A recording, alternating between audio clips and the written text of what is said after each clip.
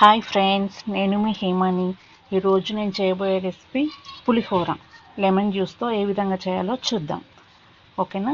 First of all వేడివేడిగా అన్నం తీసుకుందామండి. రైస్ అది కొంచెం చల్లారాలి, సో ఫ్యాన్ కింద పెట్టేసుకుందాం. ఇది నెక్స్ట్ వెంటనే కడాయిలో ఒక ఆయిల్ వేసుకోండి. కొంచెం ఆ రైస్కి సరిపడా ఆయిల్ వేసుకోండి. ఆయిల్ హీట్ ఎక్కినాక, ఓకే అండి, హీట్ ఎక్కింది. దీని తర్వాత పల్లీలు, శనగపప్పు, మినపప్పు, జీలకర్ర, ఆవాలు అన్నీ మిక్సింగ్ మొత్తం తీసేసుకొని అవి కొంచెం వేగాలండి.